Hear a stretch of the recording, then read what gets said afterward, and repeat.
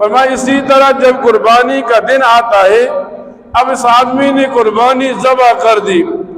सबसे बड़ा अमल मुसलमान जो कोताही करता है कुर्बानी वाले दिन, वो ये करता है कि शरीयत मुतारा बताती है जानवर ज़बह हो गया, गोश्त पड़ा है, तकसीम किया जाएगा।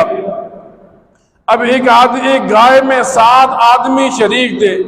हमारे यहाँ रवाज है, लोग वैसी ही गोश्त की डेरियां लगा लेते हैं, वैसे ही किसी बर्तन से नाप कर रख लेते हैं।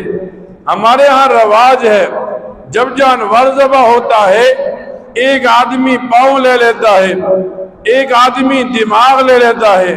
हालांकि जब जानवर शरीक हो गया तो ये सारी चीजें इस शराकत में आ गई।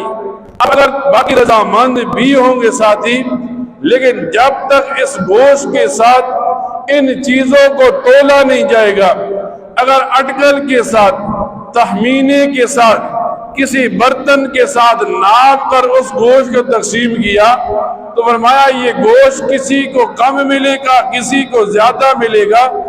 जिसको ज्यादा मिलता चला जाएगा, इसमें रिबा और सूद का मुआमला पड़ता जाएगा।